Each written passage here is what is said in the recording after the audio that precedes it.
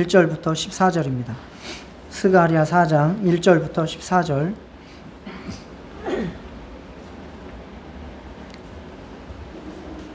스가랴 4장 1절부터 14절 교독하겠습니다.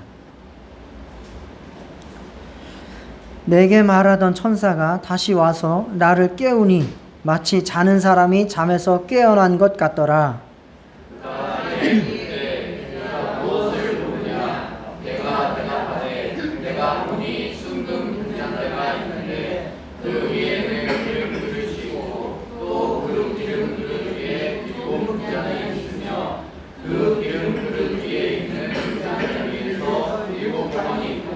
그 등잔대 곁에 두 감람나무가 있는데 하나는 그 기름 그릇 오른쪽에 있고 하나는 그 왼쪽에 있나이다 하고, 내게 말하는 천사에게 물어 이르되 내 주여 이것들이 무엇이니까 하니, 내게 말하는 천사가 대답하여 이르되 내가 이것들이 무엇인지 알지 못하느냐 하므로 내가 대답하되 내 주여 내가 알지 못하나이다 하니, 그가 내게 대답하여 이르되 여호와께서 스룹바벨에게 하신 말씀이 이러하니라.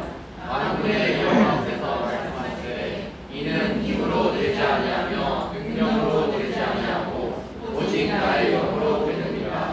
큰 산아 내가 무엇이냐? 내가 스룹바벨 앞에서 평지가 되리라. 그가 머릿돌을 내놓을 때에 무리가 외치기를 은총이 그에게 있을지어다 하리라 하셨고, 여호와의 말씀이 또 내게 임하여 이르시되 스룹바벨의 손이 이 성전의 기초를 놓았은즉 그의 손이 또한 그 일을 마치리라 하셨나니 만군의 여호와께서 나를 너희에게 보내신 줄을 내가 알리라 하셨느니라. 작은 일에 날이라도 멸시하는 자가 아니냐. 사람들이 스룹바벨의 손에 다림줄이 있음을 보고 기뻐하리라. 이 일복을 온 세상에 두루 다니는 여호와의 은혜라 하리라. 내가 그에게 물어 이르되 등잔대 좌우에 두 감람나무는 무슨 뜻이니까 하고, 다시 그에게 물어 이르되 금기름을 흘리는 두 금관 옆에 있는 이 감람나무 두 가지는 무슨 뜻이니까 하니, 그가 내게 대답하여 이르되 내가 이것을 무엇인지 알지 못하느냐 하는지라. 내가 대답하되 내 주여 알지 못하나이다 하니, 이르되 이는 기름 부음 받은 자 들이니 온 세상에 주 앞에 서 있는 자라 하더라. 아멘. 네. 읽으시니까 이해가 쏙쏙 되시나요? 예, 읽었어도 무슨 소린지 이해가 안 가죠. 그래서 설교가 필요한 것이고 또 말씀을 함께 깊이 있게 묵상하는 것이 필요하겠지요. 지난주에는 그 더러운 옷을 입고 있는 대제사장 여호수아, 그리고 불에서 타다가 그을린 그런 채로 꺼냄받은 상태의 그 여호수아와 이스라엘의 모습을 살펴보면서 정말 그를 다시 옷을 갈아입혀 주시고 관을 씌워 주시고 또 정말 하나님의 예수 그리스도의 예표가 되게 하신 것처럼 우리도 예수의 피로 거듭나고 성령 받아서 하나님의 예표의 사람들 되자라고 하는 말씀을 나눴습니다. 오늘은 그 예표의 사람들로서 우리가 하나님의 정말 성령으로 충만해서 교회를 이루어가자라고 하는 주제의 말씀입니다. 오늘은 순금 등잔대 환상이 나오는데요. 순금 등잔대 환상. 그 등잔대는 성전 안에 이렇게 성소로 들어가면 왼쪽에 자리 잡고 있는 것이 바로 이제 성전 등대고, 오른쪽에는 12의 지파를 상징하는 그 상징해서 올려놓는 떡상이 있죠. 예, 그 순금 등대가 이 말씀의 이제 재료가 됩니다. 그래서 그 등대는 그 어두운 성소의 빛이죠. 그리고 성령님을 이제 의미하기도 하고 또 교회를 예표하기도 합니다. 요한계시록에 보면 그 7 교회들에게 말씀하시는 것이 바로 그것과 연관되어져서 교회를 예표하기도 합니다. 그리고 이 성전 재건과 관련해서 지금 배경을 쭉 아시죠? 상황은 어떤 상황인지 아시죠? 이스라엘이 바벨론의 포로로 끌려갔다가 돌아왔지요. 돌아와서 성전 재건을 시작했지만 시작하고 나서 멈췄죠. 그 몇 년 정도 멈췄다 그랬어요. 한 15년 정도로 멈춰 있는 상태예요. 그 상태에서 지금 이 말씀이 임하는 거예요. 그리고 그 성전 재건에 주요 인물들이 있는 거예요. 주요 인물들이 지난주에 살펴봤던 대제사장 누구? 여호수아가 있고, 오늘은 그 주요 인물 중에 한 사람인 스룹바벨이 나오는 겁니다. 그래서 그 스룹바벨이 이 성전의 재건과 또 빛을 밝히는 데 있어서 아주 중요한 역할을 하는 그런 사람이다. 그래서 지금 침체되어 있고 낭망하고 있고 좌절되어 있는 이 성전 재건을 스룹바벨 너를 통해서 내가 이루겠다. 절망하지 말아라. 너의 힘으로 이 세상에 어떤 힘으로 한다고 생각하지 말아라. 내가 너와 함께 하겠다. 내가 개입하겠다. 그 말씀을 우리에게 하셔서 스룹바벨에게도 힘을 주시고 우리에게도 힘을 주시는 말씀입니다. 그래서 오늘 본문의 말씀은 바로 이 스가랴서의 주제와 같은 말씀이라고 할 수 있습니다. 이 현수막을 제가 만들었는데 여기에도 보면 그 주제의 말씀으로 4장 6절의 말씀을 저희가 썼죠. 힘으로 되지 아니하고 능력으로 되지 아니하고 오직 나의 영으로 되느니라 라고 하는 말씀이 바로 하나님께서 스룹바벨에게 해주신 말씀입니다. 성령의 능력으로 우리는 우리 앞에 있는 산이라고 불리는 그러한 문제들을 평지로 만들고 또 진리의 빛을 환하게 비추는 그러한 삶을 살아갈 수 있습니다. 여러분의 인생에 또 여러분의 가정에 또 우리 교회에 또 이 땅에도 정말 하나님이 개입하시고 성령의 역사로 모든 문제들을 헤쳐나가서 정말 진리의 빛을 환하게 비추시기를 축복합니다.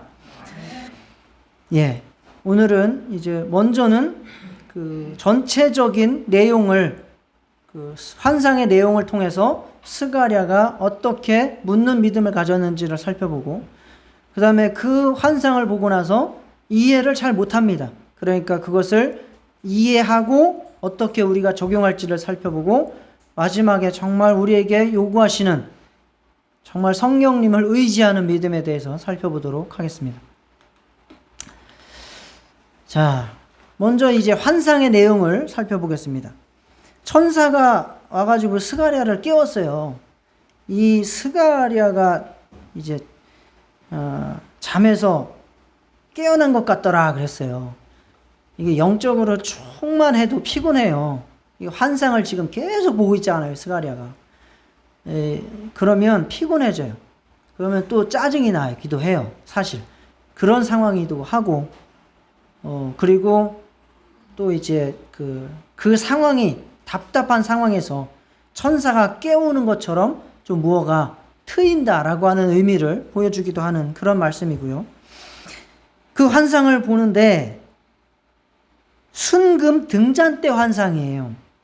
자, 여러분들 성전에 관련해서 성경을 읽으시거나 공부를 하실 때 그 등대 보신 적 있죠?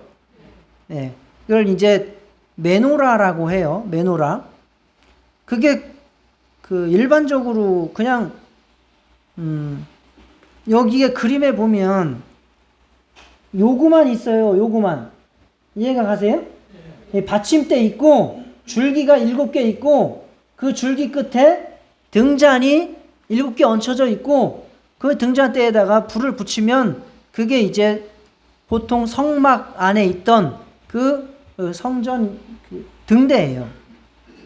그런데 지금 스가랴에게 보여준 환상의 순금 등대는 조금 달라요. 그 내용을 그림으로 그린 게 이제 이건데, 어떻게 다르냐? 받침대가 있고, 그 성경 그대로 읽어보면 그래요. 받침대가 있고, 받침대 위에 뭐가 있냐 그러면 그릇이 있다고 나와요. 원래 성경대로 하면 그릇이 여기 이렇게 있어요. 근데 이제 그거를 조금 더 아름답게 좀 모양 나게 이렇게 그리다 보니까 이런 식으로 다 그려요. 성화를 그린 사람들이. 근데 성경 그대로 읽어보면 받침대가 있고 그 위에 그릇이 이렇게 있어요. 그릇이 있고, 그릇이 여기 있죠. 그릇이 7 등잔대, 등잔하고 그 그릇하고 관이 다 각각 연결이 돼 있어요. 별도로 여기 줄기 말고 이 줄기가 아니라 이 그릇으로부터 관이 다 제각각 등잔대로 연결이 돼 있어요. 이 그림은 맞아요. 이렇게. 그리고 또 하나 다른 게 이 양쪽에 순금 등대 양쪽에 감람나무가 왼쪽에 하나, 오른쪽에 하나가 서 있어요. 감람나무는 올리브나무입니다. 올리브나무. 그래서 감람나무가 서 있고 그 감람나무 가지에서, 가지 하나겠죠. 가지 하나에서 이 그릇으로 양쪽으로 금관이 또 연결이 돼 있어요. 그리고 이 관을 통해서 이 그릇에 뭐가 흐릅니까? 네? 기름이 흘리는데 보통 기름이 아니에요. 무슨 기름? 올리브유예요, 해바라기 씨유예요, 포도 씨유예요, 뭐 식용유예요, 뭐 아니면 무연 휘발유예요. 무슨 기름이 흐릅니까? 예? 무슨 기름이 흐르냐? 금기름이 흐른다고 써 있습니다. 성경에. 보세요. 그 11절부터 보시면 금기름이 흘린대. 금기름. 그래서 색깔을 이런 식으로 했죠. 금기름이 여기로 흘려서 여기에 그릇에 금기름이 쌓이고 그 금기름이 발음 힘드네. 금기름이 이 등잔대로 바로 흘러서 빛을 비춘다 라고 하는 그러한 환상을 천사가 스가랴에게 보여준 거예요. 이게 기존에 가지고 있었던 성전의 등대하고는 조금 다르죠. 달라요. 그리고 감람나무라고 하는 것은 바로 하나님의 집에 있는 푸른 감람나무 같으며 라고 시편 52편의 8절에 말하고 하나님의 인자하심을 영원히 의지하리로다 라고 말씀한 것처럼 아주 풍성한 것을 의미하고, 또 감람나무는 풍요로움, 아름다움을 의미하고, 그 감람나무에서 나오는 기름으로 짜서 그 성전에 쓰이는 제사에 써요. 네. 그리고 내소 안에 감람나무로 2 그룹을 만들었는데 그 높이가 각각 10규빗이라 라고 했던 것처럼 지성소 안에 있는 그룹을 만든 나무도 무슨 나무? 감람나무로 만들었어요. 그러니까 굉장히 성전에서 요긴하게 쓰이는 그러한 그릇이죠. 그리고 이게 10규빗이다 이거. 지성소에 있는 그 그룹이 천사예요. 그룹은 천사. 이게 10규빗이다 라는 것도 의미가 있어요. 나중에 보면 10규빗. 이게 2개예요. 그룹이 2개잖아요. 10규빗 이렇게 되는 건데. 자, 그런데 이것을 보여주고 천사가 스가랴에게 물어요. 네가 뭘 보느냐? 뭐가 보이느냐? 반복해서 많이 나와요. 2절에 보면 네가 무엇을 보느냐? 그러니까 그냥 아는 대로, 보이는 대로 이야기를 합니다. 순금 등잔대가 있는 것을 대가 있는데 그 위에 기름 그릇이 있고 문화이다. 그리고 4절에 보면 천사에게 또 묻습니다. 스가랴가. 내 주여 이것들이 무엇이니까? 보긴 봤는데 의미를 안다 모른다? 몰라요. 그러니까 또 묻습니다. 이게 뭡니까? 그랬더니 5절에 천사가 말합니다. 네가 이것들이 무엇인지 알지 못하느냐? 스가랴가 그래도 선지자인데도 모른다는 거예요. 못합니다. 모릅니다. 그랬더니 하나님이 또 주여 내가 알지 못하나이다. 모릅니다. 또 이야기해요. 이런 게 계속 반복됩니다. 11절에도 내가 그에게 물어 이르되 등잔대 좌우에 두 감람나무는 무슨 뜻입니까? 그리고 이어서 두 금 기름을 흘리는 두 금관 옆에 있는 이 감람나무 두 가지는 무슨 뜻입니까? 그러니까 천사가 또 말합니다. 네가 이것이 무엇인지 알지 못하느냐? 아느냐? 모릅니다. 이게 뭡니까? 계속 이런 반복들이 나오면서 이 사장이 구성이 됩니다. 이건 무슨 의미냐? 아무리 선지자라도 그냥 아는 것, 보이는 것만 보는 것이고 더 이상의 하나님의 뜻을 알 수는 없다 그 말이죠. 이걸 다 안다라고 하는 사람은 누구냐? 이단들입니다. 이단들은 다 안다. 이 감람나무가 뭔지 안다. 그게 나다. 이 사람이다. 뭐 이제 이런 식으로 주장을 합니다. 그러나 온전한 성도는 나는 다 알지 못합니다. 하나님이 보여주신 것 이외에 저는 알지 못합니다. 이게 뭡니까? 하나님이 가르쳐 주십시오. 그러면 제가 깨닫고 순종하겠습니다. 라고 하는 것이 정상적인 성도요 믿음이다. 라고 하는 의미가 담겨있죠. 자, 그래서 항상 겸손하게 하나님의 뜻을 구하고 정말 하나님이 보여주시는 것을 보고 하나님 앞에 묻고 하나님을 의지해서 순종하여 살아가시기를 축복합니다. 그러면 스가랴에게도 하나님께서 설명을 이제 해주시거든요. 그것처럼 우리에게도 하나님께서 깨닫게 해주시겠죠. 그리고 그것을 우리가 적용해서 살아가야 하겠죠. 이제 그 설명이 6절부터 나옵니다. 그 순금 등잔대 환상의 설명이죠. 그런데 직접적으로 이것이 무엇이고 저것이 무엇이고 라고 설명을 해주는 게 아니고 배경을 설명해 주는 거예요. 배경 설명. 자, 어떤 배경이 있느냐? 하나님께서 총독 스룹바벨에게 이렇게 말씀을 하십니다.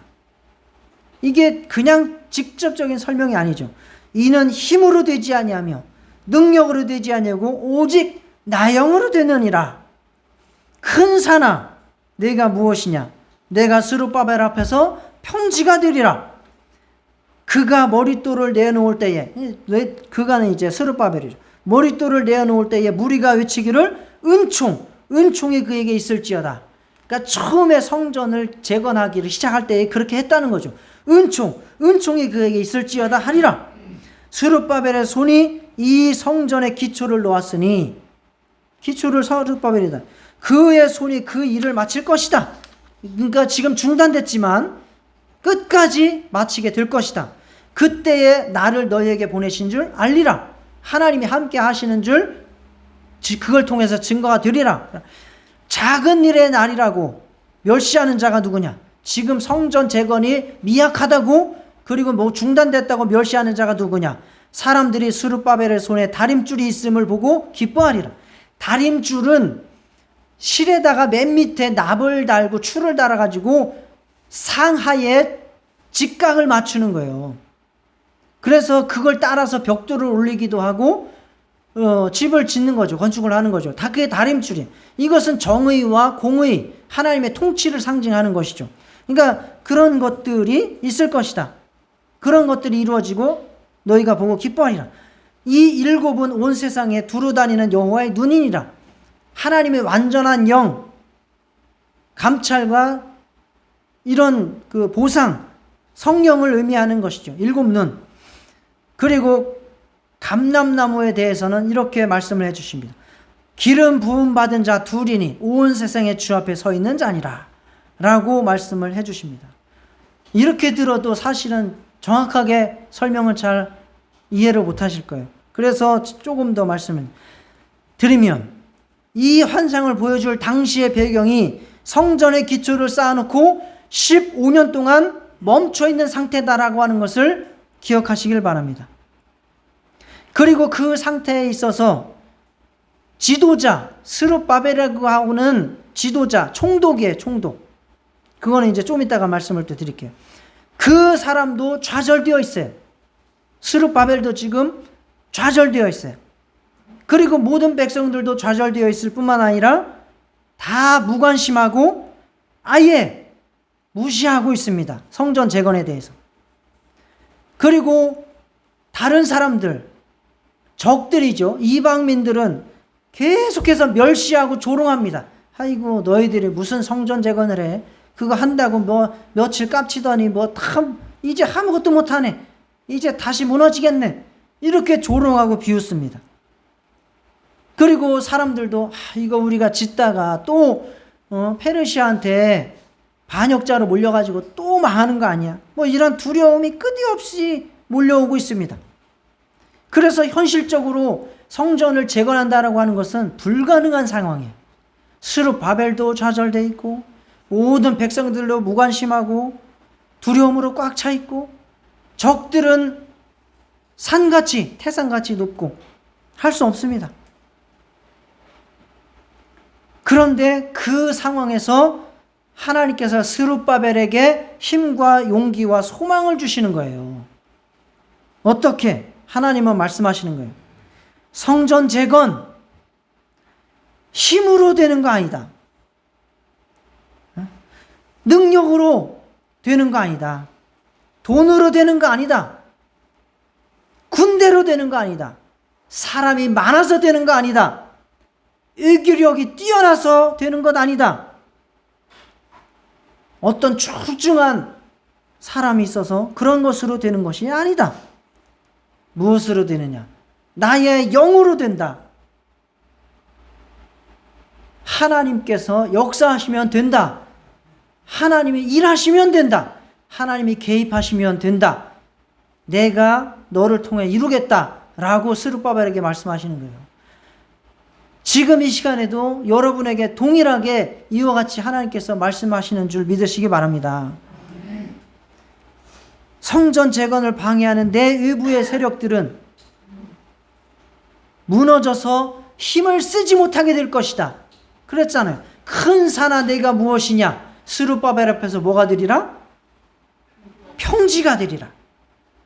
어마어마하게 높은 태산 같은 문제들 하나님이 역사하셔서 하나님의 영이 개입하시면 평지처럼 되어버린다 라고 지금 하나님께서 스룹바벨에게 선포하시고 힘을 주시는 거예요. 다시 성전 재건을 시작하게 될 것이다. 내가 너를 통해서 완성시킬 것이다. 내가 함께하는 것을 온 천하가 보게 될 것이다. 나는 온 세상을 다 살피고 심판하는 하나님이다. 내가 하나님이 이 역사의 현장에 이 감람나무처럼 든든하게 좌우에 서 있을 것이다 라고 말씀하시는 겁니다. 그러니까 스룹바벨 너 이제 용기를 내라. 힘을 내라. 소망을 가져라. 나와 함께 성전 재건을 완성해 가자. 힘이 되지 않습니까? 얼마나 큰 힘이 되겠어요, 스룹바벨에게. 이 스룹바벨을 우리가 너무 무시한 경향이 있는데 스룹바벨은 우리가 무시할 사람은 아니에요. 이 보통 사람이 아닙니다. 어떤 사람이냐? 다윗의 후손이고 예수님의 직계 족보에 올라와 있는 사람입니다. 마태복음 1장 12절에 13절에도 보면 바벨론으로 사로잡혀간 후에 여고냐, 이 여고냐라고 하는 사람이 이제 여고니아, 시드기야의 삼촌입니다. 시드기야가 왕이죠. 시드기야의 삼촌이에요. 여고냐는 스알디엘을 낳고 스알디엘은 스룹바벨을 낳고 라고 되어 있죠. 예수님의 직계 조상이에요. 그리고 역대상 3장 17절에서 19절에도 보면 다윗의 왕족의 족보 중에 여군야의 아들들은 그의 아들 스알디엘과 말기람과 부다야와 세낫살과 여가랴와 호사마와 느다바요.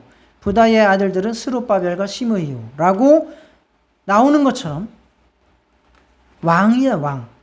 총독이라고 불리지만 실질적으로는 유대인의 왕이다 라고 보시면 되겠습니다. 자, 그러므로 이 왕이 하나님의 일을 다시 할 수 있도록 힘을 주신다. 그거는 이스라엘을 살리시겠다는 것이고 예루살렘을 회복시키시겠다는 것이고 성전을 통해서 내가 함께 하겠다라고 하는 선포인 것입니다. 스룹바벨과 대제사장 여호수아는 그 가지죠. 감람나무에서 붙은 가지처럼 금기름을 그릇으로 흘려보내는 자들이다 라고 하는 말씀이고, 그래서 성전을 환하게 밝히는 성전 재건의 역사를 이루게 하신다라고 하는 설명이 됩니다. 이 순금 등잔대 환상을 통해서 방해와 무관심과 두려움으로 중단되고 좌절된 성전 재건 역사를 하나님께서 성령을 통해서 다시 일으키실 것이다. 스룹바벨은 힘을 내라. 하나님을 믿고 의지하고 기도하면서 나의 통로가 되어라 라고 하는 말씀을 주신 것입니다. 이제 이해 가시죠? 예. 그러면 이제 우리는 어떻게 이러한 믿음을 가지고 우리도 실생활을, 신앙생활을 해갈 것인가 라고 하는 것이죠. 신약 성경에서는 바로 성도가 성전이고 교회가 성전입니다. 우리가 다시 하나님을 섬기는 삶을 살아야 되고, 무너졌던 우리의 영혼을 회복시켜야 되고, 무너졌던 우리 가정을 다시 신앙으로 세워야 되고, 정말 중단되어 있는 하나님의 일을 이루는 교회의 역할을 다시 감당해서 세상에 빛이 되는 그러한 삶을 살아가야 합니다. 그러나 우리에게는 너무나 큰 문제들도 있고 산들이 둘러싸여 있습니다. 나의 문제, 죄의 문제가 있고 내부적인 좌절과 무관심과 두려움이 있고 또 서로 불화함이 있고 또 외부적으로도 조롱과 멸시가 있습니다. 아이고 되겠어? 비웃죠. 그런 사람이 되겠어. 그런 교회가 되겠어. 이 세상이 어떤 세상인데 되겠어. 대부분 이렇게 비웃죠. 그런 비웃음들이 우리를 둘러싸고 있습니다. 우리는 이 큰 산들을 어떻게 넘어야 될지 답을 찾을 수 없습니다. 능력도 없습니다. 힘이 없습니다. 교회가 온전히 세워져서 정말 영혼들의 닻이 되고 등대가 되고 안식처가 되어야 하는데 감당할 능력이 없습니다. 나도 힘이 빠졌고 너도 힘이 빠졌고 모두 지쳐버렸습니다. 하나님을 예배하는 온전한 가정을 이루어야 되는데 아무리 기도해도 내 짝은 변하지가 않습니다.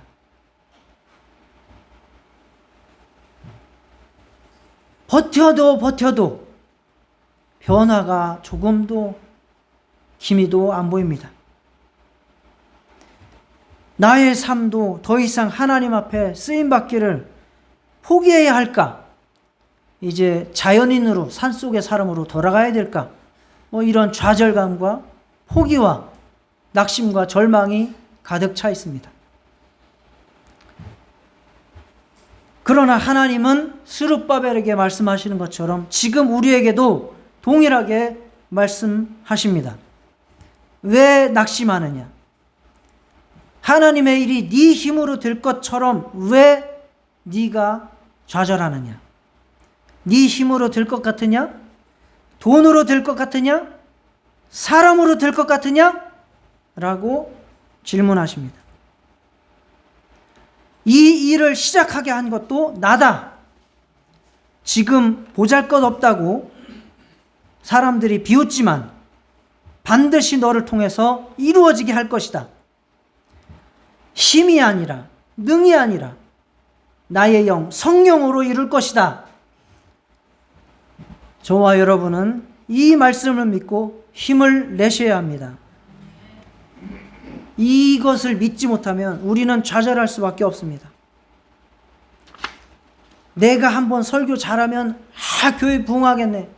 그러다가 언제 설교 한번 죽쓰면 다 콧받들이고 아유 뭘 해 내가. 이거는 믿음이 아니라는 거예요. 내 설교 능력으로 교회가 잘 되고 안 되는 게 아니에요. 내가 교회를 어떻게 운영하고 경영해서 교회가 잘 되고 안 되는 게 아니라는 거예요. 사람이 많고 적어서 교회가 잘 되고 안 되는 게 아니고 돈이 많고 적어서 교회가 잘 되고 안 되는 게 아니라는 거예요. 그러니까 이런 것들 인해서 좌절하지 말라는 거예요. 그러면 뭐냐? 뭘 믿으라? 하나님을 믿으라죠. 하나님의 성령이 역사하시면 그 모든 것들 돌파할 수 있다. 하나님의 역사를 사모하시기를 축원합니다. 하나님의 은혜를 구하시고 성령의 역사가 우리 가운데 충만하게 임하시기를 사모하고 기다리고 인내하면 됩니다. 하나님은 하나님의 때에 역사하시는 것이에요. 내가 내일 주세요 한다고 해서 하나님이 내일 주는 거 아니에요. 하나님은 하나님의 때가 있어요. 그러니까 우리는 하나님의 때까지 뭐 해야 돼요? 기다려야 돼요. 기다려야 돼요. 내가 조급해하면 안 돼요. 하나님의 때까지 우리는 기다려야 합니다. 다만 기다릴 때에 무작정 기다리는 게 아니라 사모하고 기도하고 그리고 우리를 깨끗하게 하면서 기다려야 해요. 그러면 때가 되면 하나님께서 우리를 통해서 금기름을 부으실 거예요. 하나님의 금빛을 금기름으로 나오는 그 빛이 얼마나 찬란하겠습니까? 그렇게 이 세상에 하나님의 역사를 성전의 역할을 감당하게 하실 겁니다. 스피노자라고 하는 사람은 말했죠. 믿음은 사과씨 하나 속에서 과수원을 보는 것이다 라고 말했습니다. 우리는 사과씨 하나를 보고 좌절합니다. 아이고 요까짓 게 뭐 이거 심으면 언제 따먹어. 그렇지만 정말 믿음 있는 사람은 그 사과씨 모종 하나를 심으면서 뭘 본다고요? 과수원을 본다는 거예요. 누가 하실 것이기 때문에. 온 우주 만물의 창조자, 그리고 그것을 길러서 열매 맺게 하시고 또다시 씨가 떨어지게 하시고 또다시 일어나게 하실 하나님을 믿기 때문에 그 믿음을 가지고 과수원을 본다는 거예요.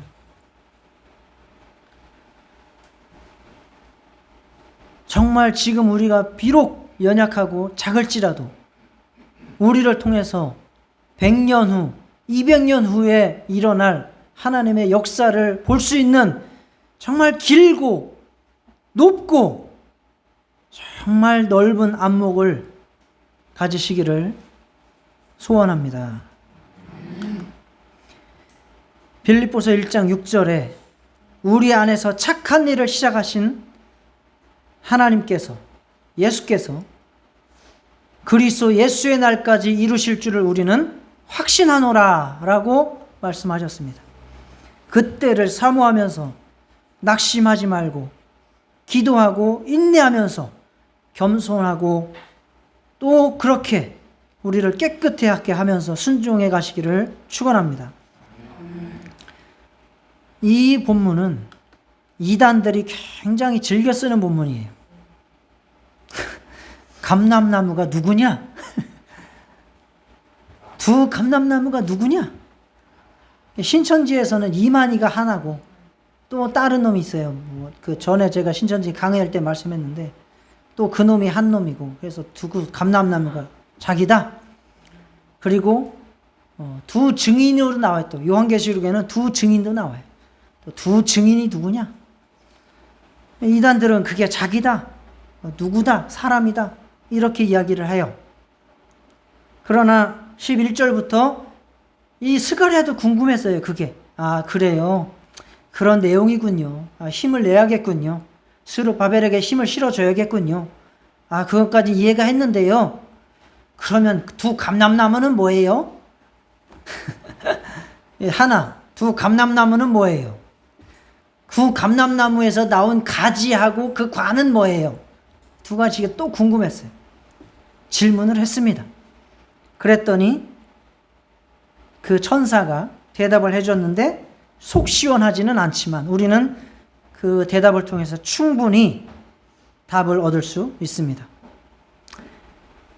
그 두 감람나무는 바로 금 기름을 뽑아내시는, 만들어내시는 바로 예수님과 성령님 두 보혜사라고 볼 수 있습니다. 우리에게 임재하시는 분이에요.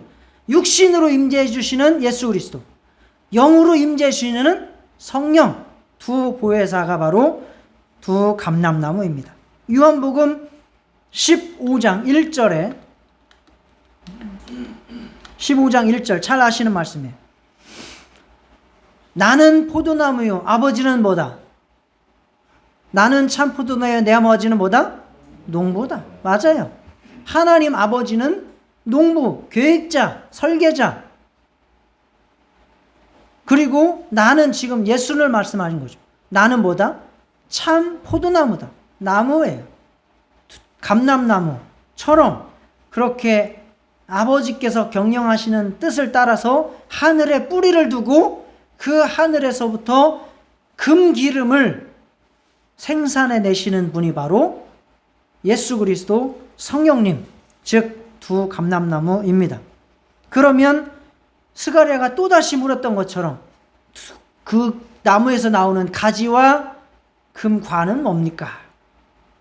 라고 했을 때 그것은 바로 당시로 말하면 스룹바벨과 대제사장 여호수아를 말하는 겁니다.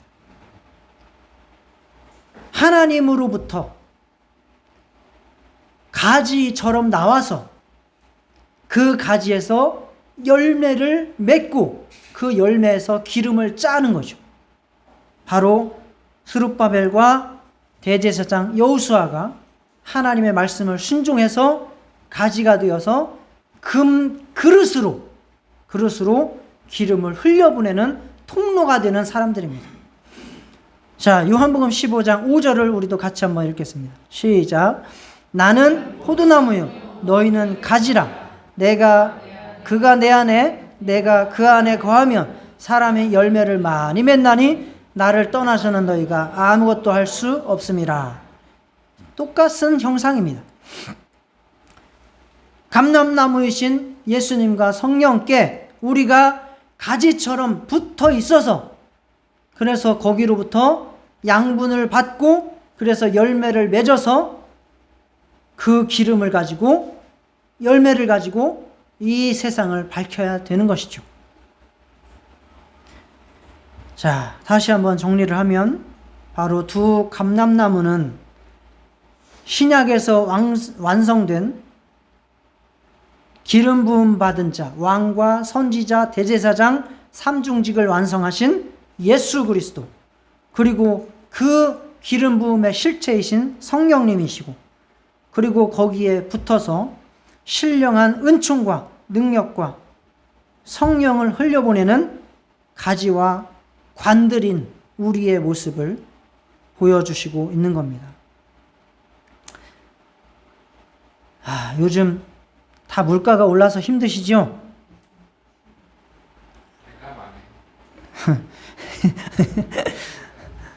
답할 필요가 없죠? 기름값 올라서 힘들어요. 기름값이 경유 같은 경우는 거의 2배 가까이 올랐어요, 지금. 안 내렸어요. 100원 떨었어요, 100원. 자, 기름값 비싸죠. 근데 그거 넣어야 또 차 가거든요. 안 넣을 수가 없어요.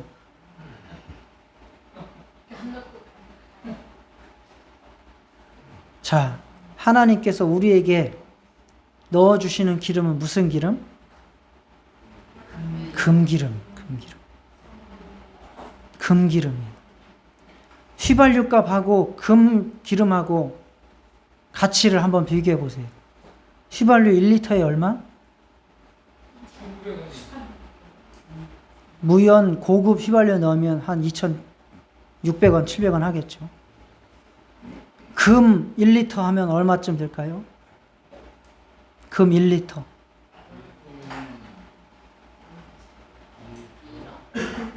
페트병 하나가 1.5잖아요. 큰 페트병 하나가. 거기 한 3분의 2 정도 금으로 찼다고 생각해 보세요. 얼마쯤 할까요?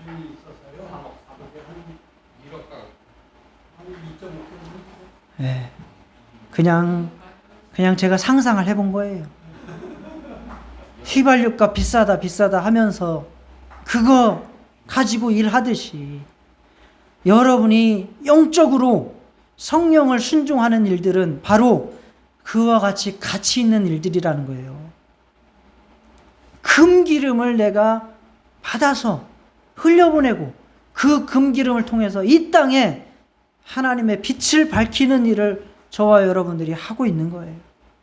그러니 그 금기름을 흘려보내는 가지가 그 나무에 붙어 있지 않으면 어떻게 되겠어요? 그 금기름이 다 새버리고 말 거 아니에요? 예수님께 붙어 있으시기를 축원합니다. 성령으로 충만하시기를 축원합니다. 그 관이 더러우면 어떻게 되겠어요? 순금으로 흘러서 순금 기름으로 흘러야 되는데 불순물이 가득 차가지고 하면 그 빛이 제대로 하나님의 영광을 발할 수 있겠습니까? 우리의 영혼을 깨끗하게 하시기를 축원합니다. 정말 저와 여러분들이 금 기름을 예수님과 성령으로부터 받아서 흘려내서 정말 이 땅에 하나님의 영광을 바라는 저와 여러분의 가정, 우리 교회 되시기를 축원합니다. 다 같이 기도하시겠습니다. 하나님